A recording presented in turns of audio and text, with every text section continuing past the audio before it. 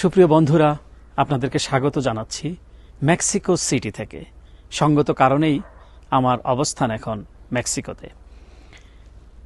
আর কিছু সময় পরে, আর কয়েক ঘন্টা পরে অথবা একদিনও যদি বলি পরে, আপনারা এক ঐতিহাসিক ঘটনার সাক্ষী হতে চলেছেন।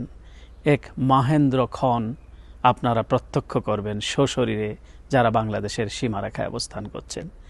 বাংলাদেশের ভোটের দিন ভোট দেবেন আপনারা আপনাদের পছন্দের প্রার্থীকে, যে অধিকারের জন্যে, যে ভোটাধিকারটি প্রয়োগ করবার জন্যে আপনাদেরকে অনেক কষ্ট করতে হয়েছে, অনেক সংগ্রাম করতে হয়েছে, অনেক রক্তের বিনিময়ে আমরা এই অধিকারটি প্রতিষ্ঠা করেছি।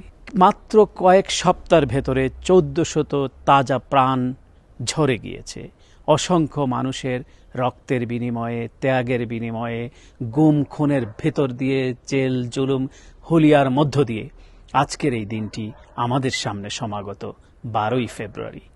এদিন আপনারা আপনাদের প্রতিনিধিকে নির্বাচন করবেন।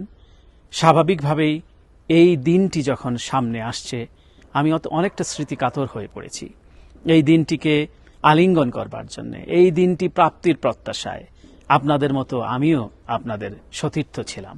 ঘুরে বেরিয়েছি, যেখানে যাবার সেখানে গিয়েছি। যে প্ল্যাটফর্মে কথা বললে মনে করেছি আমাদের অধিকারের পথটি প্রশস্ত হবে, সেখানে কথা বলতে বিন্দুমাত্র দ্বিধা করিনি। একসময় আমার বাংলাদেশের সেই সবুজ পাসপোর্টটিও হারাতে হয়। জাতিসংঘের ট্রাভেল ডকুমেন্ট নিয়ে ঘুরে বেরিয়েছি, কখনো ব্রিটিশ হাউস অব কমন্সের পোর্ট কিউলিস সেন্টারে, কখনো অক্সফোর্ড ইউনিভার্সিটির লেডি মার্গারেট হলে, কখনো জাতিসংঘে, কখনো স্টেট ডিপার্টমেন্টে, কখনো হার্ভার্ড ইউনিভার্সিটির কেনেডি সেন্টারে, কখনো থিঙ্ক ট্যাঙ্কদের সাথে, কখনো পলিসি মেকার্সদের সাথে, কখনো বাংলা ভাষাভাষী প্রবাসীদের মিছিলে, কখনো স্লোগানে, কখনো প্রটেস্টে, কখনো ব্রিফিং রুমে। এভাবে করে দিন চলে গিয়েছে আমাদের। এবং একটা আশা ছিল, একটা বাসনা ছিল, একটা প্রত্যাশা ছিল, বাংলাদেশে নিশ্চয়ই টানেলের শেষে আলো দেখা যাবেই। এবং সেই আলোটি দেখা গিয়েছে, কিন্তু যে আলোটির সন্ধান আমরা পেয়েছি তা অনেক ত্যাগের বিনিময়, অনেক রক্তের বিনিময়। এখন আমাদের সামনে যে সমাগত দিনটি, সেটি হচ্ছে আপনাদের প্রতিনিধি নির্বাচনের দিন। এবং এই দিনটিকে আলিঙ্গন করবার জন্যে একটি নাম আমাকে স্মরণ করতে হয়, যিনি নিজের সম্পূর্ণ জীবনকে গণতন্ত্রের জন্যে, মানুষের ভোটাধিকারের জন্যে অকাতরে বিলিয়ে দিয়েছেন। এ কারণে আমি বলছি অকাতরে বিলিয়ে দিয়েছেন। তার এই দীর্ঘ জীবন, যে রাজনৈতিক জীবন, সেটি ছিল সংগ্রাম মুখর, এবং গণতন্ত্রের প্রশ্নে, ভোটাধিকারের প্রশ্নে বিন্দুমাত্র আপোষ করেননি। যার ফলে তার জীবনের শেষ দিনগুলো কারাগারে নিগৃহণের শিকার হতে হয়েছে, নীরবে নিবৃতে কেটেছে পরিবার পরিজনকে নিয়ে। বেগম খালেদা জিয়ার কথা বলছি। আজকে তিনি নেই। তিনি ওই ঐতিহাসিক মাহেন্দ্র ক্ষণের সাক্ষী হতে পারলেন না। সেদিন আমি ব্যক্তিগতভাবে খুবই আবেগতাড়িত। যার ত্যাগের মধ্য দিয়ে, যার নেতৃত্বের মধ্য দিয়ে, যিনি স্বাধীনতা সার্বভৌমত্বের প্রশ্নে বিন্দুমাত্র কখনো আপোষ করেননি, তার জীবদ্দশায় আমরা এই মাহেন্দ্র ক্ষণটি আমরা উপভোগ করতে পাচ্ছি না। কিন্তু নিশ্চয়ই তার যে লিগেসি, তার যে গণতন্ত্রের প্রতি তার যে শ্রদ্ধা, অর্থনীতির প্রগতির নির্মাতার পথে তার যে উদ্যোগ, সেগুলি আপনারা নিশ্চয়ই মনে রাখবেন আপনাদের ভোটাধিকার প্রয়োগের ক্ষেত্রে। এবং বাংলাদেশে আমরা আর পেছনে ফিরে যেতে চাই না। আর আমরা ছাত্রদেরকে শাহবাগে জড়ো করতে চাই না। এখন শাহবাগ থেকে আমাদের দৃষ্টি নিবন্ধিত করতে হবে লুক্সেমবার্গে। লুক্সেমবার্গের কথা এখানেই বলছি, বিশ্বের অর্থনৈতিক একটি প্রাণকেন্দ্র, যেখানে আমাদের ছেলেপেলেরা সেখানে যাবে। এবং শাহবাগের খুব কাছেই পরিবার, যেখানে ওয়ার্ল্ড ব্যাংকের বাংলাদেশের অফিস অবস্থিত। এই কারণে বলছি, আমাদের ছেলেপেলেরা আন্তর্জাতিক অঙ্গনে ছড়িয়ে পড়বে। তারা তাদের জাতিসংঘে কাজে তাদের ন্যায্য হিস্সা আদায় করবে। অনেক বাংলাদেশি ছেলেপেলেদের জন্য সেই কাজের সুযোগ আছে। জাতিসংঘে তারা, ওয়ার্ল্ড ব্যাংকে তারা কাজ করবে। অর্থাৎ তারা নিজেদের কর্মে নিজেদেরকে নিয়োজিত করবে। আর যাতে তাদেরকে আর শাহবাগে জড়ো হয়ে তাদের আন্দোলন করতে না হয়, তাদের যাতে টিয়ার সেলের ঝাঁজে তাদের চোখ যাতে রঙিন না হয়, লাঠি পেঠায় যাতে তাদেরকে পিঠ রক্তাক্ত না হয়, আমরা যাতে আর কখনো তাদেরকে সেদিকে ধাবিত না করতে। এখন যেরকম নির্বাচন পরবর্তী যেটি মনে রাখতে হবে যে দেশ গঠনের দিকে আমাদের সকলকে মনোনীত করতে হবে, মনোনিবেশ করতে হবে। আমি কিছু দায় থেকে এই কথাগুলি বলছি। এই দায়টি হচ্ছে গণতন্ত্রের, এই দায়টি হচ্ছে অর্থনৈতিক প্রগতির, এই দায়টি হচ্ছে আমাদের ভবিষ্যৎ প্রজন্মের একটি কর্মমুখী কর্মসংস্থানের। এটি আমরা যারা একটা সুবিধাজনক স্থানে আছি তাদের উচিত হবে যারা সুবিধা বঞ্চিত তাদেরকে পথ করে দেওয়া, তাদেরকে রাস্তা করে দেওয়া। তবে সেই দিনটি আপনাদের কাছে সমাগত। আমরা দেখতে চাই যে এই নির্বাচন পরবর্তী বাংলাদেশ হবে একটি সহনশীল Bangladesh.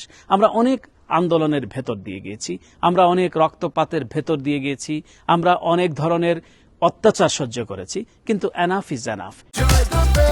Korean super spicy flavor in Mr. Noodles. Oh bro, what a chat. একটা জায়গায় শেষে স্থিমিত হতে হবে। আমরা একটি সহনশীল বাংলাদেশ দেখতে চাই, যে বাংলাদেশ হবে সকল মতের, সকল পথের, সকল ধর্মের, সকল বর্ণের, একটি উদার গণতান্ত্রিক বাংলাদেশ, আধুনিক বাংলাদেশ, বিশ্বসভায় মাথা উঁচু করে দাঁড়াবে এমন বাংলাদেশ। এবং আমরা একটা ইউনিটি চাই, যে ইউনিটি আমরা দেখেছি যে ফেসিবাদ বিরোধী যে ঐক্য বাংলাদেশে গড়ে উঠেছে, সার্বজনীন ঐক্য আমরা দেখেছি। আজকে আমার মনে পড়ছে যখন স্বৈরাচারিণী শেখ হাসিনা সরকার পালিয়ে গেল, যখন আন্দোলনের চূড়ান্ত পর্যায়ে চূড়ান্ত বিজয় অর্জিত হলো, ছাত্র আন্দোলনের অগ্রভাগে যারা ছিল, নাহিদ, আসিফ, আক্তার, মাসুদ, তারা সকলে মিলে, তার আগেও এবং পরেও তারা সকলে মিলে বিএনপির ভারপ্রাপ্ত চেয়ারম্যান তারেক রহমানের কাছে পরামর্শের জন্য তারা হাজির হইল। তারা তার কাছে তার গার্জিয়ানশিপ তুলে দিল। এই যে উদারতা আমরা দেখেছি, সেই উদারতাটুকু আমরা আবারও দেখতে চাই। আমরা এও দেখেছি যে বাংলাদেশের জামাতের শীর্ষ নেতা ডাক্তার শফিকুর রহমান আন্দোলন পরবর্তী বাংলাদেশে তারেক রহমানকে ক্যারিশমেটিক লিডার এবং আন্দোলনের মহানায়ক হিসেবে তিনি অভিহিত করেছেন। সেই সহনশীলতা, সেই ঔদার্যতা, সেই বিউটি আমরা বাংলাদেশে দেখতে চাই। আমাদের মধ্যে মত বিরোধ থাকবে, মত পার্থক্য থাকবে, এক প্রার্থীকে আরেক প্রার্থীকে ঘায়েল করবার জন্য যে ধরনের কথাবার্তা সেটিও থাকবে, সেটিও গণতন্ত্রের এক ধরনের বিউটি, শালীনতার ভেতর দিয়ে যতটুকু করা যায়। কিন্তু যাতে একটা এনিমিটি যাতে তৈরি না হয়, একটা শত্রুতার পূর্ণ অবস্থা যাতে তৈরি না হয়, এবং এই শত্রুতার বিষ বাষ্প যাতে কেউ ছড়িয়ে দিতে না পারে, সেদিকে আমাদের সজাগ থাকতে হবে। আমরা এই বাংলাদেশকে আমরা দেখতে চাই অর্থনৈতিকভাবে সমৃদ্ধ একটি বাংলাদেশ, একটি গণতান্ত্রিক বাংলাদেশ, একটি মুক্ত মত প্রকাশের একটি দৃষ্টান্তমূলক জায়গা হবে বাংলাদেশ। এবং বাংলাদেশের মানুষ তার ভোটাধিকার প্রয়োগ করবে। আমি আশা করছি 12ই ফেব্রুয়ারির যে ভোট, সেটি হবে গণতন্ত্রের পক্ষে, সেটি হবে স্বাধীনতা সার্বভৌমত্বের পক্ষে, সেটি হবে বাংলাদেশের মানুষের মুক্তির পক্ষে, অর্থনৈতিক মুক্তির পক্ষে। আমি নিশ্চয়ই সঙ্গত কারণে আমি কোনো প্রতীকের কথা বলছি না। যেমন আরেকটি ভোট অনুষ্ঠিত হচ্ছে যে বাংলাদেশ, সে সঙ্গত কারণে সেটির পক্ষেও আমি বলতে পারছি না, যেহেতু আমি সরকারি দায়িত্বে আছি বলে আমি মনে করি নির্বাচন কমিশন থেকে এ ধরনের কথা বলা হয়েছে। কিন্তু আপনারা জানবেন যে আপনারা বাংলাদেশ একটি পরিবর্তনের জন্য উন্মুখ হয়ে আছে। যে ভোটাধিকারটি প্রয়োগ করলে পরে বাংলাদেশের রাজনীতি, সমাজ ব্যবস্থায়, রাষ্ট্র পরিচালনা একটা চেক অ্যান্ড ব্যালেন্স তৈরি হবে। একটা যে ভোটাধিকারের হাঁ এবং না, যে পন্থাটি বেছে নিলে পরে বাংলাদেশের মানুষের অংশগ্রহণ নিশ্চিত হবে, সার্বিকভাবে গণতন্ত্রের প্রথা এবং প্রতিষ্ঠান মজবুত হবে, সে পক্ষেই আপনারা অবস্থান নেবেন।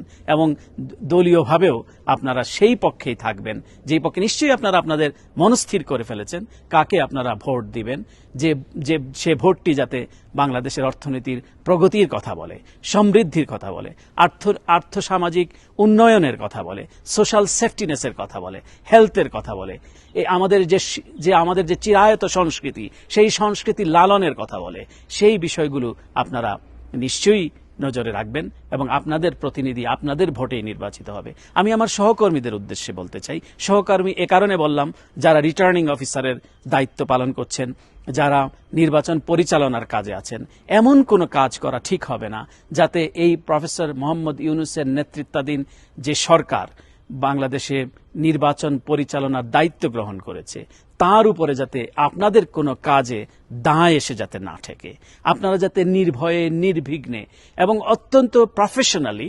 নিরপেক্ষভাবে দায়িত্ব পালন করতে হবে। এবং এই নিরপেক্ষতা খণ্ডন করতে গিয়ে, কারো প্রতি পক্ষপাতিত্ব করতে গিয়ে ইলেকশনে কোনো রকম মেকানিজম বা কোনো রকমের দুষ্টতার আশ্রয় নেওয়া, সেটি হবে খুবই অন্যায় এবং বাংলাদেশের মানুষের সাথে প্রতারণার শামিল। সুতরাং বিবেক বর্জিত, বিবেককে বিসর্জন দিয়ে কোনো কাজ করা যাবে না। সবসময় বিবেক দ্বারা পরিচালিত হবেন।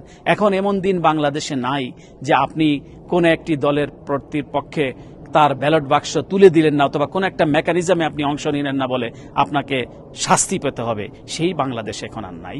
সুতরাং আপনার বিবেক দ্বারা আপনি তাড়িত হবেন, আপনার ন্যায়ের মানদণ্ডে আপনি অবিচল থাকবেন এবং একটি ন্যায়ভিত্তিক সমাজ বাংলাদেশে বিনির্মাণের জন্য আগামীর যে নির্বাচন হবে, যেই সংসদ হবে, সেই সংসদটা যাতে নিষ্কলুষ হয়, কোনো ধরনের বিভ্রান্তি, কোনো ধরনের কলঙ্কের ছাপ যাতে না পড়ে, সেই বিষয়ে আমাদের সহকর্মীদের সজাগ দৃষ্টি থাকবে। তারা তার দায়িত্ব সুনিপুণভাবে পালন করবেন, কোনো ভীতি, সংখ্যা, অনুরাগ বা বিরাগের বশবর্তী না হয়ে তারা তাদের দায়িত্ব পালন করবেন, সেটি আমি বিশ্বাস করতে চাই। এবং বাংলাদেশের মানুষের যে একটা উৎসব মুখর পরিবেশ বিরাজ করছে, সেই উৎসবের মধ্য দিয়ে যাতে বিজয়ী দল, নিশ্চয়ই নির্বাচনে একটি দল বিজয়ী হবে, আরেকটি দল পরাজিত হবে, এটি প্রতিযোগিতা। সুতরাং বিজয়ী যারা হবেন তাদের সেই মানসিকতা থাকতে হবে যে তারা বিজিতকে আলিঙ্গন করবেন, আর যারা বিজয়ী হতে পারবেন না তাদেরও এই মানসিকতা তৈরি করতে হবে যে নির্বাচনে হার জিত থাকবে। যে যারা হেরে গেলাম মানুষের ভোটে, তাদেরকেও মনে রাখতে হবে যে আমরা যাতে এই হারা থেকে, এই পরাজয় থেকে যাতে আমরা শিক্ষা গ্রহণ করি। সুতরাং আমি মনে করি যে বাস্তবতার কথা আমি আগে বলেছি, যে সেই বাংলাদেশের সেই পরিস্থিতি আমরা দেখেছি জুলাই পরবর্তী, এবং জুলাইয়ের আগেও আমরা দেখেছি যে একটা ইউনাইটেড প্ল্যাটফর্ম। সুতরাং আমরা আশা করছি বাংলাদেশের স্বাধীনতা, সার্বভৌমত্ব, অখণ্ডতা, স্বনির্ভরতা এইসবের এবং বাংলাদেশের অর্থনৈতিক প্রগতির জন্য, সমৃদ্ধির জন্য, উন্নয়নের জন্য আপনারা যথোপযুক্ত প্রতিনিধি নির্বাচন করবেন এবং বাংলাদেশ হবে গণতান্ত্রিক বাংলাদেশ। তারুণ্যের প্রথম ভোট গণতন্ত্রের পক্ষে হোক। অশেষ ধন্যবাদ।